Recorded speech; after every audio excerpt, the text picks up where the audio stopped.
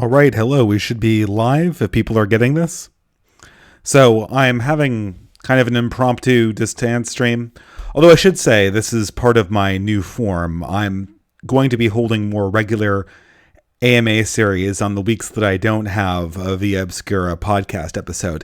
But this particular live stream I'm doing really in the light of the whole Patreon debacle. I'm going to let some time for people to come into the stream, post questions. So I'm going to give you guys some background. Hopefully everything sounds fine. But I'm doing this with a setup because I'm traveling. While people are sort of coming into the live stream, what we're going to be talking about this week is largely the Patreon deplatforming of Sargon, Milo Yiannopoulos, and James Allsup. Now, I know people in the right-wing community have had mixed feelings about Sargon, and recently I released a video on the matter. I think it was a few days ago. But I think that what we've seen on the part of Patreon in the last week has really marked a turning point in how we've talked about this issue. Sargon was pretty much banned for a profanity uttered on someone else's stream. And because of that, I think everyone's sort of looking around and trying to figure out what's going on. Exactly what we can trust from our tech companies, what we want to get from our tech companies. And a conversation is beginning about exactly what responses are going to be needed. So for those of you who've been following me on Twitter and other things, they know that I've started a Subscribe Star page. I'm going to bring it up here that's the live stream. But here's the Subscribe Star page I have started. Generally, it looks like it's doing fine. The service looks like it's doing pretty well to begin with. We got bad news a few days ago that in really horrific fashion, PayPal has pulled their services from Subscribestar for no other reason than it was a rival to Patreon. But that is what it is. I think that I'll get into a little bit more my thoughts on the Sargon matter, but I just want people to... The way I usually do this is I usually let people ask questions to begin with. I take questions from the super chats, obviously. Because I'm trying to launch the Subscribe Star thing, I'm completely off Patreon, or not completely off. I'm phasing out Patreon in 2019. I'm going to be closing down my channel on January 1st. So if you're supporting me on there, I really, really appreciate it. But I'm no longer going to be accepting payments. And I'm going to get into the reasons why it's so important that we leave Patreon collectively at this moment. Even if we don't like Sargon, even if we think that he doesn't have very good ideas, even if you don't like Milo Yiannopoulos, or you don't like his lifestyle, or you don't like James Allsup's voice, or his association with the alt-right, it's very important for a variety of reasons that we get off of Patreon. And I'll go into that a little bit, but just if people are wondering what questions I'm answering, I'm going to begin every one of these question and answer sessions, the Distance series, by going to my Subscribe Star page and reading out the comments on the live stream as if they were super chats. Now, of course, if there aren't any super chats and I'm done reading the questions from the Subscribe Star, then I'll go to the chat and I'll try to answer what questions I can that are replied to me. But in the meantime, I will read out the questions that are super chatted with the author's name and as if they were super chats, basically. So Torin writes, thank you again for supporting Matt Subscribe Star. He asks on Subscribe Star, should we create TOS institutions to handle terms of service disputes in a way similar to how court systems handle legal and civil disputes? That way, companies can cover their asses by outsourcing responsibility to these TOS institutions. Companies can decide which TOS institutions they want to allow, and customers can only do business with the companies that use TOS institutions they support. Users should be able to filter the content protected by TOS institutions they find offensive. Yeah, this is actually a really good idea, Torin. This is an idea, though, that we don't have the infrastructure to build yet. And I'm going to get into this a little bit more.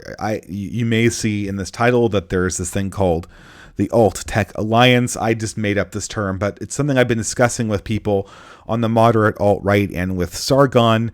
And what we need to do is we're not going to get an internet bill of rights bestowed on us by Congress or by Trump. I think that ship has sailed.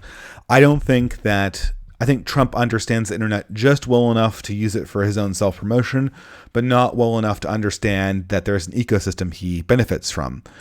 And what I think it is up for us to do is to come out, and not just me, but a variety of people who are interested in dissident content.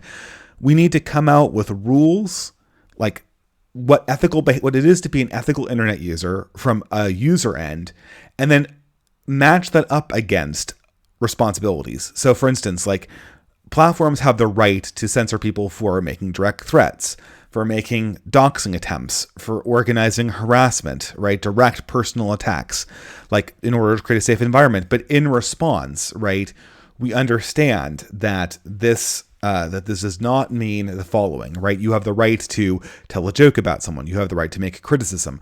So basically, the document needs to be structured so that the rights and responsibilities on both the end user side, the creator side, and also the corporate side are matched up and well understood. And after this document's created, people need to promote it. And then maybe once this is in circulation, we can begin the conversation with third parties about creating the kind of thing that Torrent's talking about. A third party way to go, okay, look, these are the services we want to operate on. Companies, these are reasonable. Other successes have been made. Let's do it. And corporate partners need to be brought in on this conversation. And I understand that maybe ultimately, if you really want to criticize the system, if you really want to criticize neoliberalism and modernity, maybe in some sense, there's never going to be a corporation that really wants to support you. But the first step is to get groundwork, something that we can trust, just enough to give us time to build alternatives that are deeper. So I think I have one more comment from Subscribestar. From Norex, are you planning on ever having a conversation with Dr. Steve Turley? Well, thank you, Norex, for supporting me on Subscribestar. Yeah, I am. I did have a conversation with Dr. Steve Turley. He's gotten way more popular in the last 6 months. He kind of leapfrogged me. And I think that it's time to probably have him on for an episode of Via Obscura Radio. He'd be the perfect guest. I was a little bit contentious with him last time, but this time I really want to ask him about how people can start participating, how we can create alternative platforms, how we can create alternative institutions for educating people, for networking in real life. And I'm sure that's going to be part of the discussion. I have people ask me all the time what in real life stuff people are doing. And we're working on it. I'm working on it. So it's going to be part of the conversation. Okay, so we have the first super chat. Thank you very much from Catholic Canson for $19.99. Only popped on to give support back to making that bread. Well, thank you so much for the support of the super chat. It really helps. And again, like I want to tell everyone to ditch Patreon. It's just going to be something that's necessary, and we're going to. I mean, we're going to have to work with what's available to us. We're going to have to work. A lot of people have said this. Subscribestar. How do we know they're not going to suffer a similar fate? How do we know that Stripe is going to pull from them? How do we know? I mean, PayPal already did. Obviously, there's a lot of people out there who really have a vested interest in making sure that there's not an organized action against Patreon. And because Subscribestar is the natural alternative to Patreon, I guess PayPal, out of the blue, for no reason, thinks that they can pull support for really nothing. I understand the difficulty long term, but the issue is that right now, this is about controlling the narrative. Right now, what we need to do is we need to leave Patreon en masse. Jack Conte has essentially turned Patreon into an organization that acts like an ideological NGO first and a profit-seeking company second. We need to make the people who are invested in Patreon understand that in a very real way. The narrative of Jack Conte has to be, this is a person who's running an ideological NGO that was posing as a corporation and that sold stocks. I know it's not public, but it sold stocks privately to people under the false pretense that it was a profit-seeking corporation. This can't stand. And it's very, very important that even with the other platform not being perfect, we have to get good enough up and running. We have to get a platform that we actually trust. So, I mean, that's going to be the situation we're in. And I'm going to take Subscribestar much more seriously than I took Patreon, just because I want to see the platform succeed. And I also think it's just the next step that this channel has to take. You know, I have a merchandise store. There are rewards. I'm going to organize my channel more around privileging those, basically making sure that people get those rewards. As you saw at the beginning of this live stream, if you are one of my subscribers or on Subscribestar, you can ask a question as a super chat whenever we have an Ask Me Anything on one of these weeks. So, yeah, and the one kink is I don't really have the merchandise thing set up yet. I have the store. It's in my description. But what I don't have is the ability to buy a piece of merchandise and give someone a coupon code to get it, because I really do not want to handle my subscribers' personal information at all. So I'm working with the help team at TeePublic to get that for me, but it's not ready yet. So that's one of the perks that's going to have to be put off. So Paul Cornelius for $5 says, how do antitrust not factor into this obvious collusion among tech and finance? These companies are probably already in violation by size and scope. Yeah, precisely, Paul Cornelius. Thank you for the super chat for $5. I have no idea. In the 90s, I know people, maybe I'm just dating myself here, but in the 90s, people remember this. Like, we had this huge freak out over Microsoft. What did Microsoft do? Microsoft took a browser, they took Internet Explorer, and they made it freely available on Windows. That was the antitrust thing. Like, was Microsoft the only operating system? No. Like, Macintosh had a huge market share, and if you didn't like Macintosh, you had Linux. Did Microsoft prevent you from installing Netscape? Oh, well, no. I actually only remember using Netscape. I mean, Internet Explorer was kind of uncool, but that was the subject of a huge federal investigation that was entirely spurious. Now we have essentially every single form of social media connection dominated by only one provider. They obviously collude for political ends and are using this. I mean, why did PayPal pull from Subscribestar? Well, because they didn't want Patreon to go tits up, and that's really it. It's pure collusion. So, I mean, that's a good point. I mean, I guess who's hearing this, right? Apparently no one in the Trump administration is. But we'll talk more about this as we go on. I mean, this is, and I mentioned Linux too. In the 90s, when people were upset with Microsoft, they did start organizing amongst themselves. And there was this whole open source movement. People like Linus Torvalds, people like the GNU people and the various different projects. I mean, you could get Linux. You can still get Linux. I used to be a huge fan of Linux back in the day before I kind of changed my my philosophy of computing to be for convenience rather than for purity. And that was something that really worked. And I wonder if that's not where we're going to eventually end up. We're eventually going to need an alliance of different people on the right who are collectively working for the goal of alt tech, of the goal of essentially speech that's not directly censored by large corporations. So I don't know. I don't know. Oh, and Mershon, I see Mershon says Richard Stallman. Yeah, he was part of it too. And I'm not saying, like, I used to be really involved in the open source community, and I am not going to lie, like, a large part of what put me off about it is that they were just the biggest SJWs of all time. They were insufferably elitist with their progressive ideologies, and that's, and was it everybody? No, and it tended to be the people who weren't actually coding. It tended to be these sort of ideological gadflies that stuck around the actual coders and sort of superimpose their opinions on the community. But nonetheless, I don't think that the open source community as it stands currently is going to be a resource. I think you'd have to change it. I think you'd have to try to experiment with new directions. Obviously, I was talking to people about, GitHub, which is one of the hubs of open source, has been sort of taken over by SJWs. And people are like, well, do we need an alternative?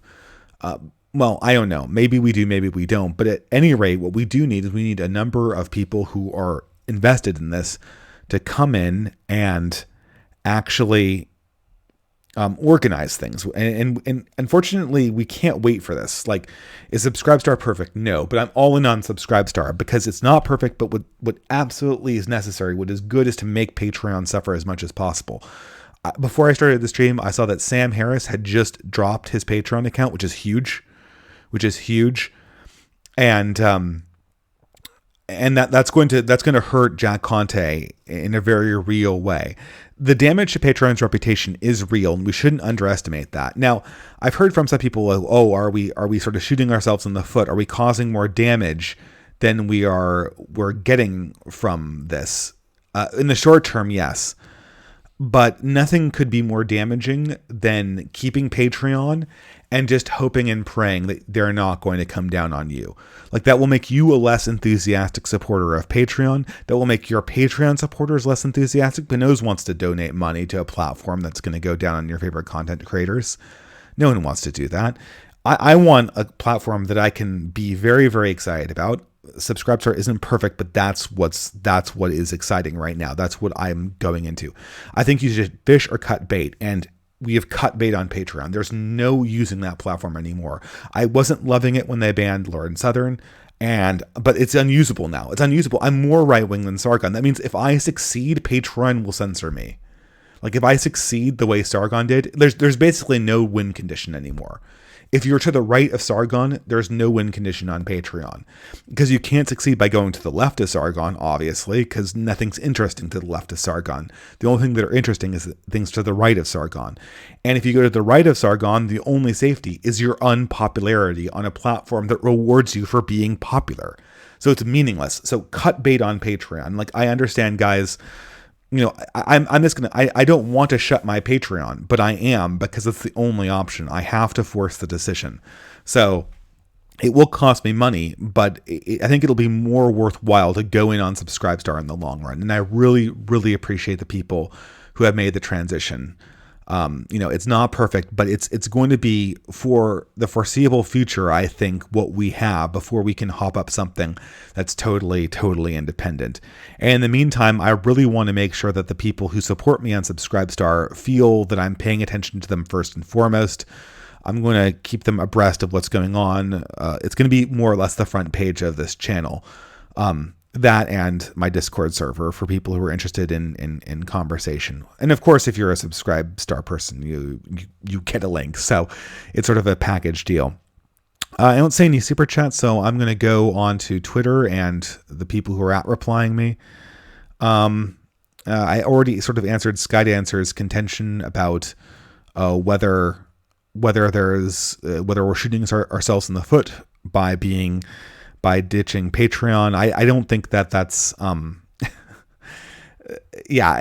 this point, like, the narrative, and I'm repeating what I said in my previous video, the narrative needs to be that Jack Conte destroyed his company for political reasons.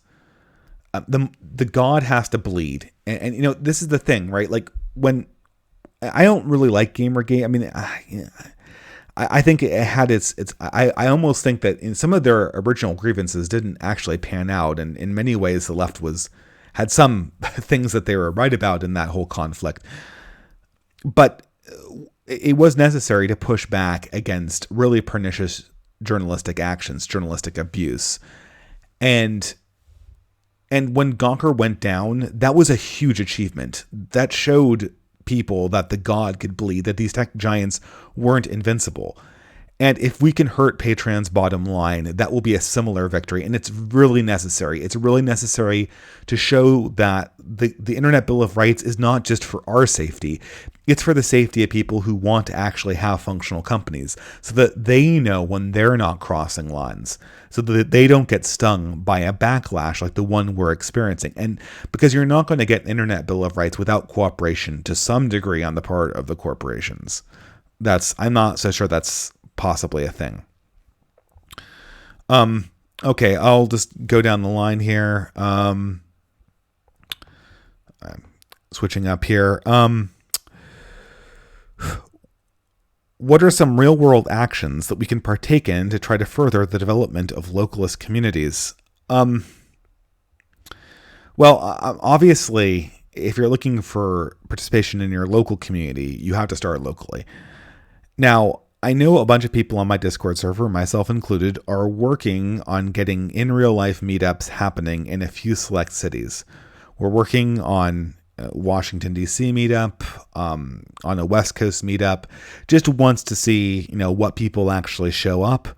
But that's not going to ever, not in any near term way, is the online community going to directly facilitate local community building.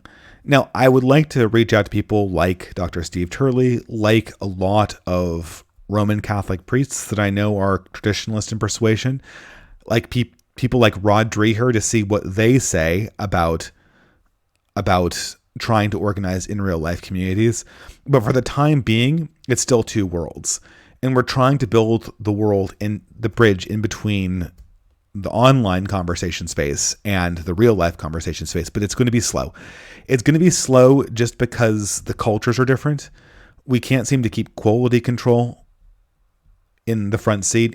Whenever you have an online forum, it's just going to be flooded by people who have opinions and ways of talking that will make your average church-going priest flee from the room screaming and will generate all sorts of sound bites that will make interaction with more moderate people just really, really difficult. So, I'll go on and answer the rest of the Twitter people. Well, I think I'll switch it up. I'll answer some of the people from the chat here who @replied me. Yeah, sorry, it's going to be kind of catch as catch can with the @distributing me, @distributist hashtagging me, but that's just how it always goes. So one question: Are you not being a little bit naive? So I think here, when this person's asking me whether the tech giants are sort of explicitly brainwashing us. I don't doubt that some tech corporation executives see their job as predominantly ideological first and only as a money-making institution as a secondary feature. But man, that's not a recipe for a successful company. I mean, and if they can do that, that just means that there's absolutely no competition here. And if you can run your company as a pro bono NGO and take hits, then you're obviously not under any competition, and that's a symbol that you're a monopoly of some kind, and usually an artificial one. If you're doing that, if you're saying no to business for no reason, then I think you've demonstrated that you're an artificial monopoly. I don't know about conspiracy theories, but it is true that a lot of tech companies, and Jack Conte is a great example. I mean, Jack Conte, does he come from a business background? No, he was a YouTube creator. He was a YouTube creator that hired like an engineer to build Patreon. And this engineer he hired worked around the clock and built Jack Conte, a platform on PHP and CSS. And then because Jack Conte was so good at promoting things on social media and getting pats on the back by people in San Francisco and LA, that everyone just invested in his idea. It wasn't even an original idea. It was basically like, let's do Kickstarter, but graduated as opposed to a all-in-one payment. I think a lot of people thought of that, but only one person had the connections to get the investment to make it the payment processing site. Another question, did you hear about Jordan Peterson's project for a Patreon alternative? Yeah, it's interesting. And Jordan B. Peterson and the intellectual dark web, I know a lot of people think that these guys are weak tea And I think they are too. I think they're weak tea. Are they 100% in on the do they understand all the problems of modernity? Certainly they don't. But they have the ability, they have the capacity to make this work. And that's really, really important for us at this time. Hold on a second.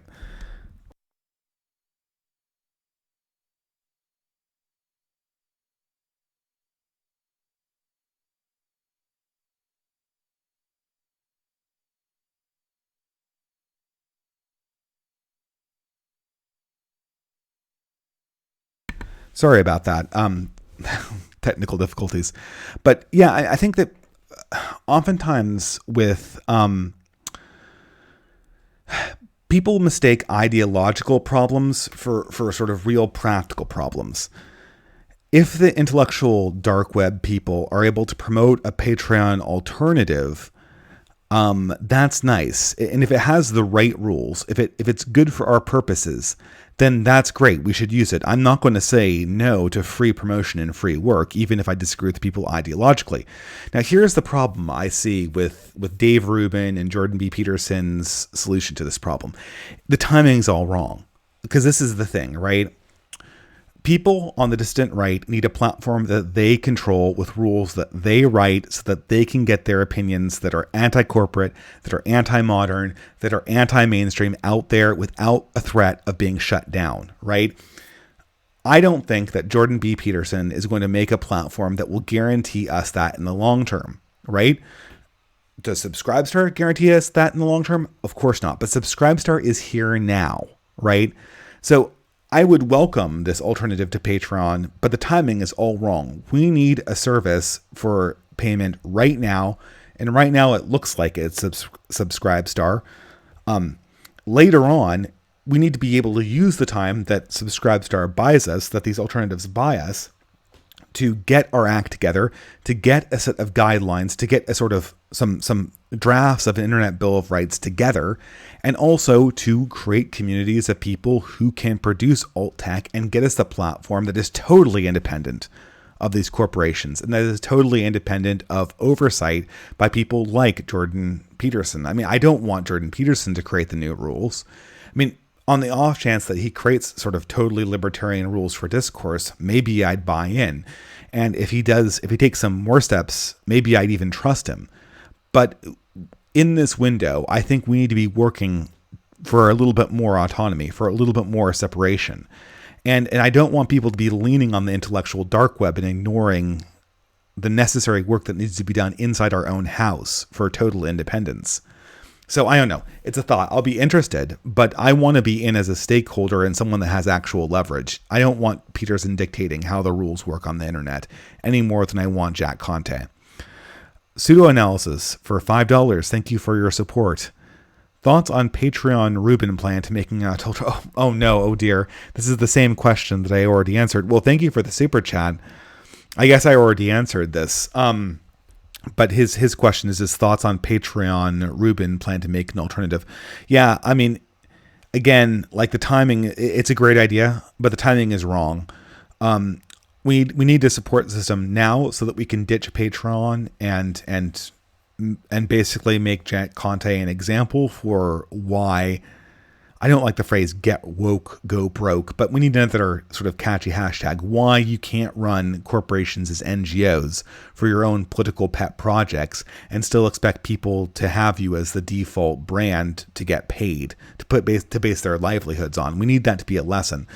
So we need a support alternative now. And then, I'm not so sure that I want Peterson to be sort of the long-term solution. I think the long-term solution is some combination of cryptocurrency, independently creating a Stripe alternative, and then basically using that Stripe alternative that's coded FUBU for us by us to launch new crowdfunding sites for the long term, right? Either create an API that's so easy that people can create support campaigns on their own sites, or what's more likely to either support or to create new alternatives to Patreon. Maybe Subscribestar will just be so trustworthy that they will take steps to make themselves uncensorable. But right now, Subscribestar is less the perfect and more the good that we need right now. Okay, well, thank you for your super chat, even though I spent a long time answering that. Okay, are you planning on making a video on your problems with Jordan Peterson? Yeah, I guess I would be lying if I said that I had this video on my short list. I absolutely don't. I really, the problem is, originally I was going to have I feel sort of like my problems with Jordan Peterson are really like uninteresting. I mean, the difficulty is, okay, what does he ignore? Like, he seems to be kind of wanting to make peace with some elements of modernity that are fundamentally unreconcilable with a solution in the long term. Like, he seems to want to reject postmodernism so that we can embrace modernism. But that's the problem, because postmodernism wasn't the problem. Like, postmodernism, as leftists conceive of it, is a problem. It's totally incoherent. But modernity is the problem, and its sort of artistic expression, modernism, is the handmaiden of that problem. What we need is not a rejection of leftist postmodernism. We need a new postmodern ideology that embraces things that we value, and that's the game. I mean, the other thing is too, like, Jordan Peterson totally ignores political reality, totally ignores collective organization, or not totally ignores it, but largely de-emphasizes collective political organization, which is necessary. A lot of people have said these things. I almost feel, even mentioning them in the live stream, I somewhat feel like I'm repeating sort of talking points almost. But yeah. At any rate, McCarthy's list for PHP, I think Philippine $250. I have no idea what actual amount of money that is, but thank you for your super chat nonetheless. What do we do if it is the U.S. government forcing companies to censor people? Well, in that case, like, that opens up like all sorts of legal avenues. Like, I hate to be a person, and I do consider this channel to be in some sense post-political, but if the U.S. government takes an action, and I'm not so sure exactly in what sense you mean that, McCarthy's list, but if the U.S. government takes direct political action to censor companies and to coerce corporations into censorship, all sorts of alarm bells start going off. Like, and this is the one thing I've talked to David Sherratt. I didn't talk to him about this because he was totally incapable of understanding this point. Like, once a corporation, like, does something that looks like it's illegal, and there's legal precedent for a lawsuit, which there would be if they colluded with the government to censor people, like, all of a sudden, like, billion-dollar lawsuits start coming a possibility. And that means a whole class of lawyers are going to be kind of like circling around that possibility, that potential piece of money. So I don't know. I guess I don't see it. It's not impossible. Like, but at that point, what you're basically saying that you're going to go from the intellectual dark web to having ideas like mine expressed only on the literal dark web. And I'm not so sure. That's a reality that it's hard to plan for. And this is also something with planning for disaster. Like, you want to be hedged against some amount of disaster. Like, getting some amount of Bitcoin so that in the event that the credit cards get kind of yanked, you can still support people. That's something that it's worth doing because it's low investment. I mean, you might lose like $100 on Bitcoin, but if you're invested a little, you can't lose that much. But the thing is, to the point where, like, you're stopping your entire life and your entire project on the off chance that, like, the apocalypse is going to happen, that's like a bigger opportunity cost. Like, I don't want to stop making content to just, build contingency plans to protect the content I have from being removed. I think it's more important that I have some contingency plans that can be done with a realistic amount of effort, and then work towards a network solution for things that have a large possibility of happening. So, and what is a large possibility of happening? The large danger comes from Stripe. The large danger comes from PayPal. The large danger comes from Patreon. I mean, it basically already has come from Patreon, and we need sort of direct action to address those things right now. And I think this is only going to get more worrying for people as protests like the Yellow Jackets. I think the Yellow Jackets, as those take off, the people in power, the people in corporations are going to get more and more worried about things. I don't know what to tell people. It's going to be, and when they get scared, they're going to do stupid moves like Jack Conte apparently did. And the only way to win this is to just play the cards out as they come, right? Like take it a step at a time. It is obvious right now from my point of view that PewDiePie is, I don't think he's alt-right, but he's certainly on the right in his political persuasion. And I think that the question is, like, he apparently seems to be beyond their ability to really punish. That's interesting. It's really interesting. It opens up an opportunity. Now, maybe they'll swing the ban hammer on PewDiePie. They'll find some reason to do it. And if they do that, that's the time to go full bore on a YouTube alternative. That's the time to go like all in on BitChute. That's the time to be like, I'm predominantly a BitChute person, and then I'll mirror the video on YouTube, right? But if PewDiePie is still there, like if he still if he still creates lists of books, like his reading list that obviously shows a predilection for exploring right-wing thought, that signals that the biggest audience and a very, very meaningful part of the audience that can't be censored, it's still available to us, and we should be using those platforms. So if they leave PewDiePie alone, that means like keep your calm, play these cards out, push your advantage. If they censor, then go full bore on the alternatives. But you don't want to like ditch YouTube on the possibility that it becomes an unusable platform, because for the moment, it is a very, very, very usable platform and a very, very good platform for having the kind of discussions that need to be made right now. Okay, I'm not seeing any reply questions. Perhaps I can go back to the hashtag. Is alt tech a paper tiger? I don't know. Alt tech doesn't exist yet, as far as I know. And this is really, really a failure on our part, guys. Like, why isn't there like a series of guys that we know the name of? Why isn't there a website? Why isn't there even just a list? Like, that's all it would need. Like, all it would need is someone like Dave Cullen. And I want to get in contact with Dave Cullen from Computing Forever to create a list of different alternatives and just rank them. Just rate them. Like, how good is Subscribestar for free speech? Like, what is its track record? Like, just give me like a star rating, right? When we know Patreon is terrible, like, what is the least terrible thing that we have on the platform right now that does what it does? That's so easy. And, but no one's done it. No one's organized it. And, my channel is much too, I would love to organize this, but I'm too small to do this. It needs to be taken up by people like Sargon, by people like Dave Cullen.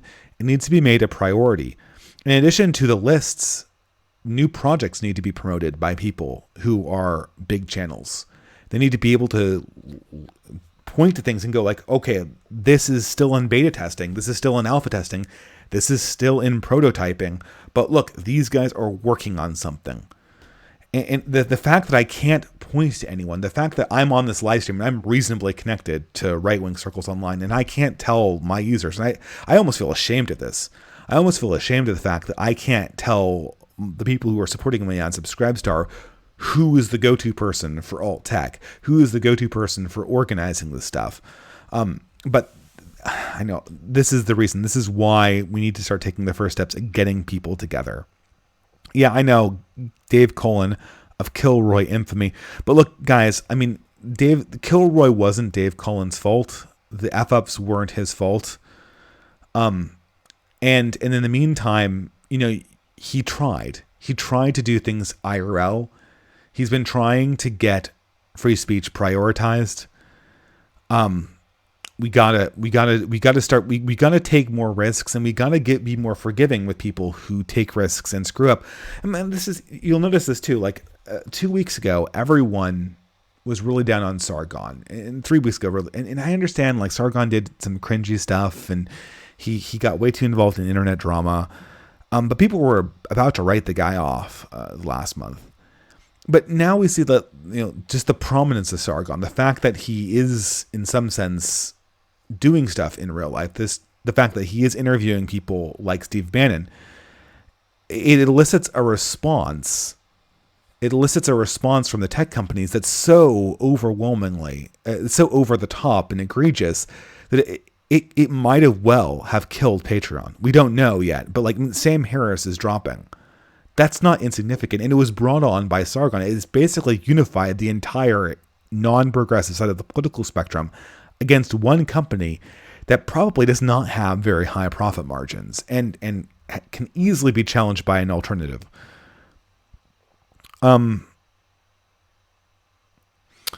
Okay. Oh wow. Here's a super chat from Pragmatic Culture for $5. Thank you very much for your contribution. Will there be another Catholic councils in our lifetime to address the manifest rot that modernity has caused in the world and the church? I think there will be. It depends on how old you are, right? Like there will be this council after Francis. I think there has to be. There will be a council after Francis that discusses just that, or there's going to be a schism, because like essentially we have a problem with modernity. We can't live in it. We can't live in it without having some very, very specific boundaries set up. And God love Pope Francis, the Holy Father. He's just not the right pope to address this issue. And unfortunately for me, it's the most important issue. He can't even apparently address or not directly contribute to the problems with the sexual abuse crisis that's stemming from the Catholic Church. That's stemming from, do I want to get this channel banned? It's stemming from homosexuality in the Catholic Church. He's not going to address that in his papacy. It's obvious he's not. I don't think that this is something that I'm trying to choose my words properly. And this is something that's true. I mean, like, I used to think that Pope Francis was going to do something really, really stupid that might hurt doctrine. But I've actually felt sort of white-pilled on this one, because I know now that like if Pope Francis gets pushback from his cardinals, if he feels like he's not on solid ground, he will not move forward on something really, really stupid. And I feel that is sort of the solution for the Catholic problem, or for the problem of Catholic leadership, I should say. If Pope Francis is not going to go against a well-organized conservative and reactionary coalition. He's not. So if we can organize something and make our voice heard, both in real life and on the internet, to the point where the people who are pushing this stuff feel embarrassed, then we can stem a lot of the problems that will come from the Francis papacy until it's over and until we can get good leadership in to fix the problems. I'm afraid that we're playing a waiting game, waiting game or not, the organization part is the actually critical part that we have to do.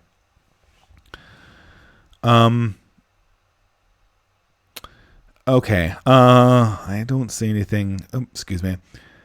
I'm going to go perhaps back to the hashtag. Maybe people have posted on my Twitter account some more questions.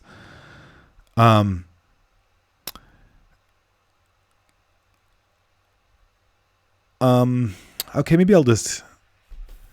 I see someone talking about left Catholic Twitter. So I don't know, this might be not what you signed up for, but this was on the hashtag, so I'll answer it. People are asking me about a parody account called Left Catholic Wisdom on Twitter, which is one that I find pretty hilarious. It's basically just someone who retweets greatest hits from a particular segment of Catholic Twitter, where everyone is sort of tries to marry traditionalism and sometimes not even traditionalism or not even Orthodox Catholic belief, with out and out hardcore socialism. Now, I'm someone who doesn't think that hardcore socialism is necessarily that bad. I'm notably agnostic on economic issues. But sometimes what happens with left Catholic Twitter is they get so sort of entangled in the ordinary progressive mainstream that they start parodying mainstream talking points. And it has hilarious results. Like you had one tweet that was like, I'm not making this up. They said like, well, I'm not a Marxist because the church has condemned Marxism, but I'm a Stalinist because to my knowledge, no Pope has condemned Stalinism. It's sort of like epic face palm. I can see Merchant Struggle say, yes, I will be on Millennial this year. So, we'll see what I have to say about that.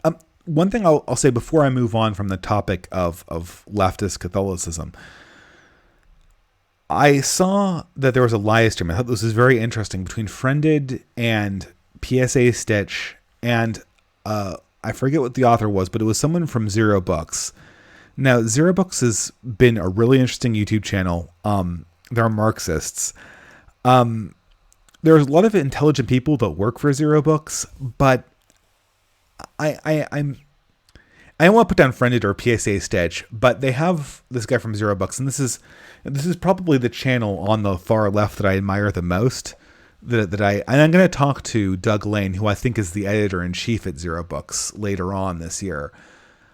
But I really want to respect these people, and I really want to work with them, especially Angela Nagel, who I think she's the author who wrote the book Kill All Normies, which was sort of a brief survey, a very progressive take on sort of the distant right and sort of the emerging communities online. And although it was very leftist, it was sort of, it understood the core problems that drove it. And but anyway, I'm getting back to this. So this Zero Books author, and he's being grilled by Friended and PSA Stitch. And no offense to Friended, but Friended is asking this guy who's really smart, and like he's a writer, like he has like his Marxism down pat. He's asking him like these really, really like basic bitch, like classical liberal, like moderate, like middle of the road Republican questions about like what common society is going to look at like. And this Zero Books guy is just like face planting on every one of them. It's obvious like he's never thought this through, right? Like Marxist is not going to be egalitarianism. Like I've noticed that a lot of people on the neo-Marxist school, they like ditch egalitarianism. So like there's going to be inequality in the Marxist society. Okay. Where there's inequality, well, there's going to be authority structures too, because we have to have incentives, right? We have to have people like setting up the authority. So there's going to be authority and inequality, but like there's not going to be capitalistic hierarchy, or it's not going to be the same thing. I mean, and you hear these answers and you're like, you just haven't thought of any of this. And I don't know. I mean, I really want to respect the Zero Books guys, but I feel like I really feel that what's demonstrated by listening to this is they just haven't talked to their critics, or if they have, they haven't thought through a lot of these things.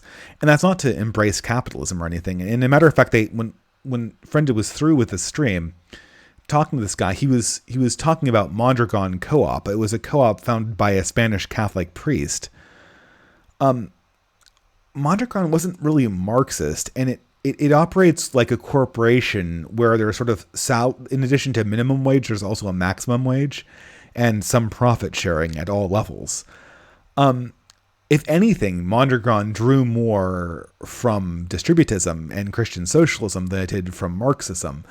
I mean, again, it was started by a Catholic priest. Hey, I mean, if you want to go this way, that's fine. But I don't know. It's obvious that people like Marxism for some reason. And there's this incredible desire on the left to retcon everything. So that they want to retcon reality so that like they have the good solutions. So that eventually like a non-capitalistic organization of a corporation, such that there's a more equal distribution of wealth but at the same time, like none of the Marxist principles about dialectic materialism are followed. Somehow that's Marxist because they want to have the victory. I don't know. It's it's it's interesting. It's going to be an interesting conversation to have, and I think that inroads need to be made with the left. But we're going to have to get straight our problems with the corporate left. I don't think there's any peace to be made with the corporate left. I don't think there's any peace to be made with those. They're essentially the obstacles at this time to any honest conversation about the problems of modernity. So Julian Peacock for $10 says, as an Orthodox Christian, big O Orthodox that is, would it even be possible for the Catholics to dump the filioque and take steps back towards unification? Traditional Christianity needs right now to be a unified front. Cheers. Sure. I would love to see that. The unification of Christianity would be a great thing to address.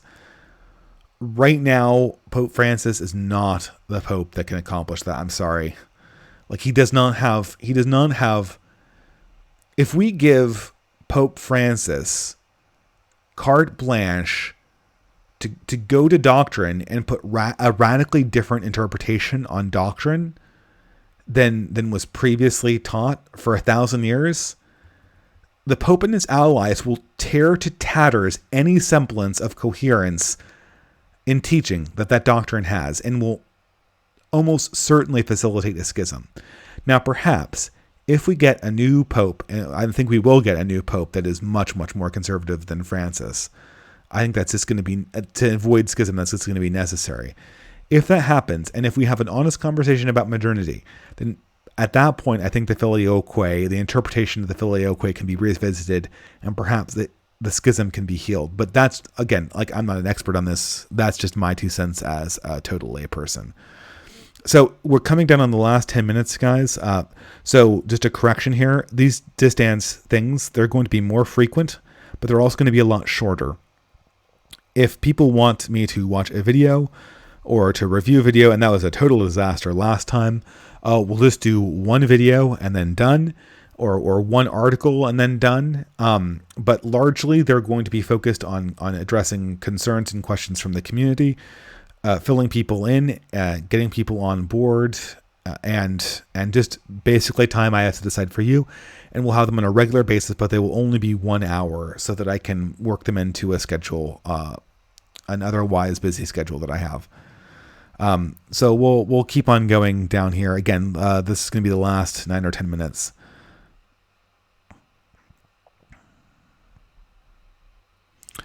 Okay, I wasn't aware of the distributist concept before this channel. I quite like what I've read about it, even though G.K. Chesterton wrote propaganda against the Germans, but hey.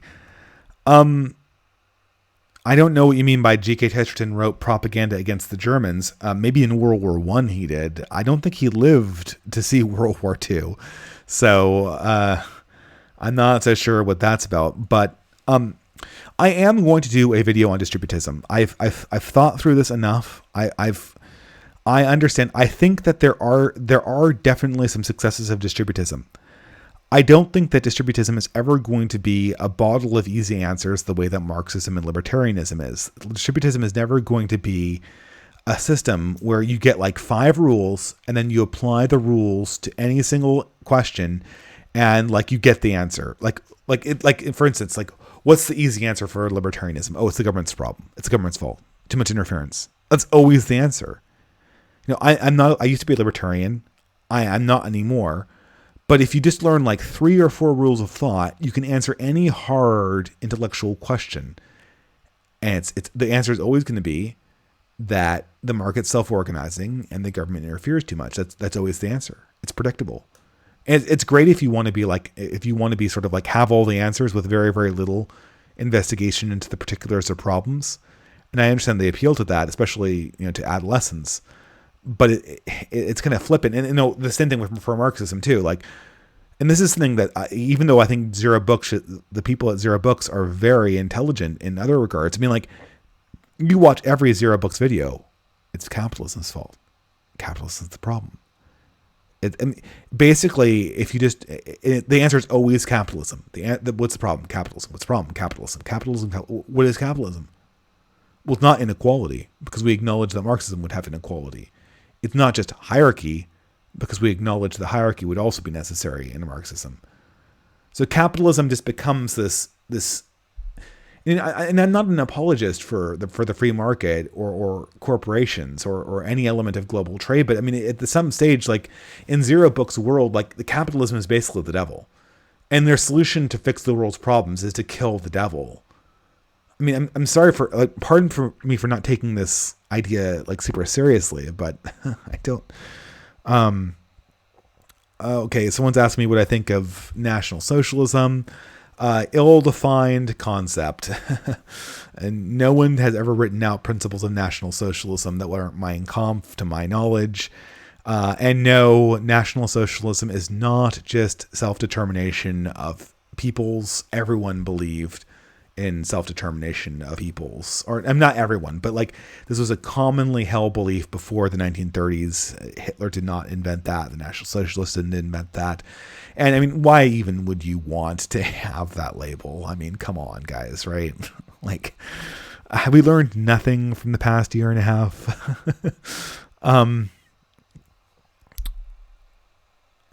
How do we convince the right that it needs to ditch capitalism? I think the process is already underway. Not capitalism. Ditch capitalism is just, the word capitalism it's just a thought terminating device. I mean, when you mean ditch capitalism, do you mean recognize problems with the free market, recognize problems with unrestricted trade, and recognize problems with the corporate form, such that we understand that radically reforming the economy is necessary at some level? Oh yeah, that's necessary. And I think people inside the conservative movement are realizing that. They are understanding that. But I really don't want to recreate the Zero Book's kill the devil phenomenon on the right. I don't want to see right-wing videos that, like, the point of them is capitalism's bad. Like, what is there any more meaningful phrase than capitalism is bad? I mean, like, capitalism is bad, but every system that's ever existed has been capitalist, according to Zero Books. So, and like the same thing to like I'm sorry not to go back to the National Socialism thing too, but like fascism. I mean, come on, guys. Like, there are no written out principles of fascism. It's just an emotion, right? And not only is it an emotion, like fascism is like the single worst optical thing you could ever put on the emotion of solidarity. Like, wanted to say solidarity. Like, that's what it is. All it means is that you want to band together in a group to protect collective interests. So why, of all the various ways to describe solidarity, does the right have to search the world, scour the world, and pick the one that is the most easy to censor you could possibly imagine? I'll never understand this. I will never understand this. I mean, be a communitarian. I don't know, do anything, but like let's be aware of these things. I mean, I don't know. We don't want to be the right wing version of the parody of the left Catholic Twitter parody where the guy says, I'm not a Marxist because the church condemned it, but I'm a Stalinist because it hasn't been condemned by the church yet. Like, we don't want to replicate the mistakes of the left on the right. Oh, and this is another thing. I see another question about usury. That's another good question. Like, and this needs to be a conversation. Like, what is proper Catholic banking? That needs to be a conversation. Like, I think that there's unethical banking, and if that's what usury means, if usury means like unethical private banking, then like I'm down to reform that. And I'm down to come up with very, very real Catholic activism against that. You know what I'm not down with? I'm not down with going back to the 15th century. Like, I'm not back to going down to feudalism. I'm not down to like unlearn the lessons that of how to run joint stock corporations or to unlearn the technologies of that were developed in Florence in the Renaissance. This is not a realistic thing. We need to figure out a way to use the technology of loans ethically. Okay, so we're coming down the wire. Any last super chats? This is going to be the please send them in the next 1 minute. I'll I'll pull in an extra 3 minutes in case anyone sends super chats in the next minute or two. But this is the last call, and otherwise I'll thank you very much for your support, both on Subscribestar and here. Distributism, do you know Charles Coulomb, the Catholic historian? Yeah, I've seen him. He's the guy from Tumblr House, right? He sounds like a very nice fellow. I'd love to have him on an interview. I probably should get him on sometime. But yeah, that's something to consider, right? I mean, I don't like unethical banking, seriously, guys, but we can't have our enemies borrow against the future and manifest huge quantities of wealth to crush us now, and us not being able to lend a potato to somebody else, like under the pretense that it might be taken on interest. Like, that's just not going to work. It's not going to work at all. I see a super chat here. Robert Sezik for $10. Well, no, there's no message there, but thank you so much for your contribution. Yeah. And, I'll try to get Coulomb on. I haven't exactly worked out the next season lineup for Via Obscura, but he would be a good person. But thank you, Robert Chezik, for the contribution. And thank you for everyone who followed me to Subscribestar. It's been really, really great. And, again, I'm going to make that more or less a front page for both this series and otherwise. But with that, we're kind of heading down the last few questions. I'll just say this to preview this channel. I'm going to be on Millennial this year, talking to Millennial Woes, and I'm going to be talking to Sargon about just this issue of alt tech. And I want to bring to Sargon some very distinct real proposals of how we can organize people in this movement to actually effectively push back against these corporations.